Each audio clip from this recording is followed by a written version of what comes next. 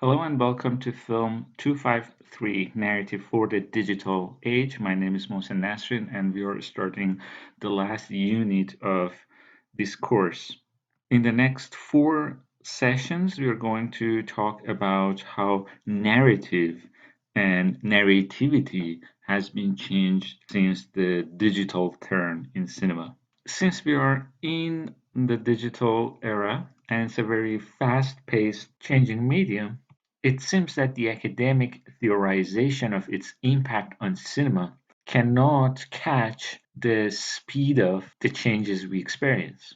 A scholar of digital cinema, Lev Manovich, claims that the identity of cinema has been changed after the transition into digital technology.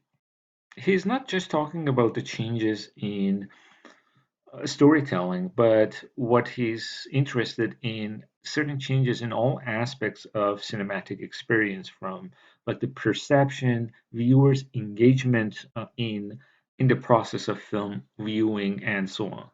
He's actually arguing that cinema is becoming less textual, is getting closer to the cinema of attraction, non-narrative cinema of the early years. Another issue that he's arguing is that the whole indexical relationship between the image and what it represents has changed. He argues that, like realist film theorists, all these years were trying to push animation into a minor boundaries in cinematic practices.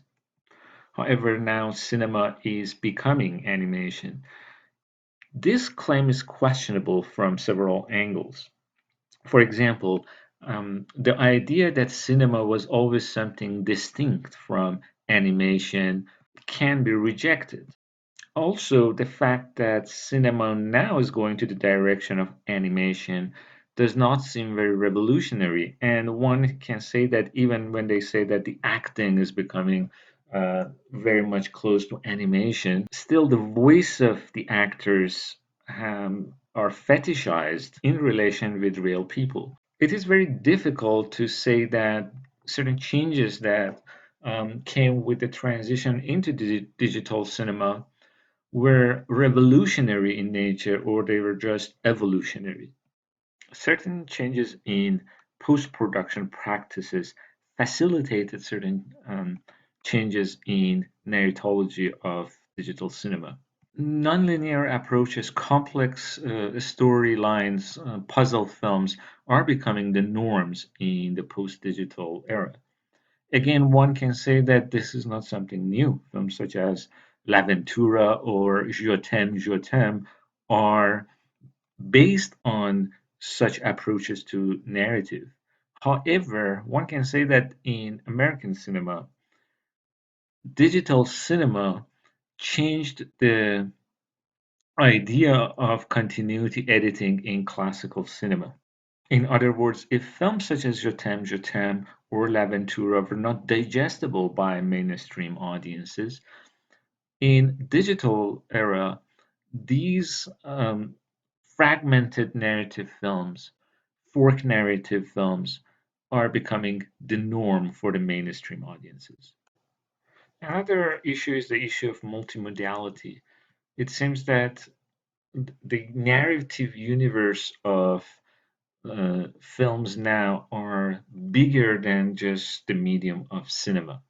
Also, the narrational structure of contemporary films are getting closer to the logic of video games.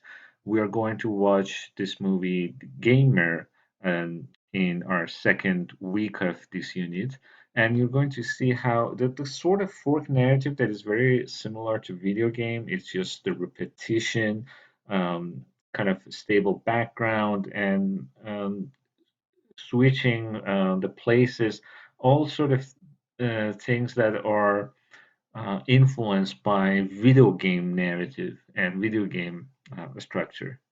Also, with the DVD release of the films, it's easier to sell them with alternative endings, for example, and it's going to the direction that now we can watch movies with a different editing pace or cutting rate.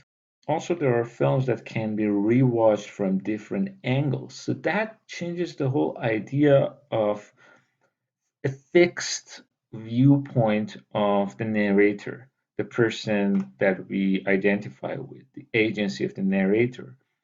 Films like Hero, they change the colors with the changes in the mood or the character development of the film. It seems that the audiences are not just in a fixed passive position to experience the linearity of the story. This creates diversity and puzzle, and also it challenges our temporal relationship with the movie.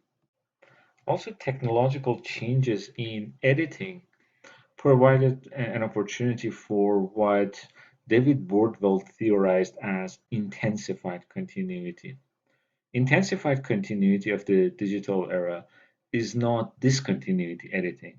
It's the continuity editing that is raised into higher pitch. This all challenges our perceptions of the action footage of the film. We can watch it from many different angles in a short period of time. Another issue is the possibility of long takes and the illusion of uninterrupted time that is happening by digital editing, which is contradictory in itself. For example, films like Russian Ark or The Silent House, so it's a long period of time is shown in one continuous take, which is contradicting the illusion of real when there is a continuous take. Another issue is the issue of extreme transition, going back and forth. In history of cinema, they used to use crosscuts to show the same events as happening at the same time.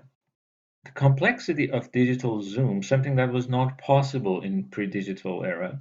For example, films like Enter the Void, like one take is going into the airplane, we see the aerial view of the city, and then going into to a sex club and getting close to the subject challenges this notion of identification with one live character. In that film is the ghostly appearances that switching the point of view shots, these extreme transition that's happening in that movie.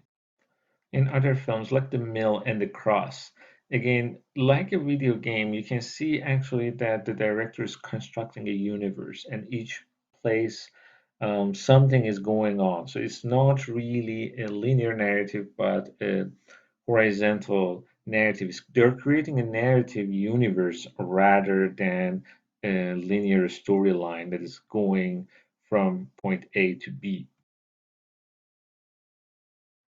So unlike classical cinema, in digital cinema, we see often repetitions, different possibilities. Another thing is the low budget found footage films that are very self reflexive with regards to the technology that is being used. In the fourth session of this course, we're going to watch Diary of the Dead. But other films like Cloverfields or Wreck, all these films are found footage films, and it's just they are popular because of the easy access of such devices in our contemporary time. Again, if that's something revolutionary is questionable, how such films are different than films like Cannibal Holocaust. What one can say that that idea of self-reflexivity is more present in such films. Like you see a sign that the battery is going off, and then for 10 minutes until the time to get the new battery, we don't see what's happening in this story. It's just reminding us the technological insufficiency, the technological obstacles for advancing the narrative. We are sort of dependent on such digital tools that mediate our relationship with the what is on the screen. Another thing is how digital cinema used in fantasy films.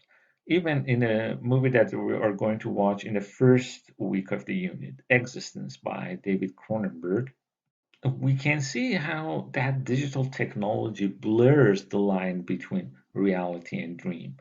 We had fantasy film in history of cinema, but it seems that that transition from a reality to dream is always recognizable. But with digital cinema, that kind of distinction between the fantasy and reality of this story is very fluid. In short, the narrative in the digital age is less story driven and it's more action driven or spectacle driven. And definitely, it has a great impact on our perceptual experience of film viewing. It's the idea of multiplicity of viewpoints, more active agency like a video game, more action driven, and more self reflexivity.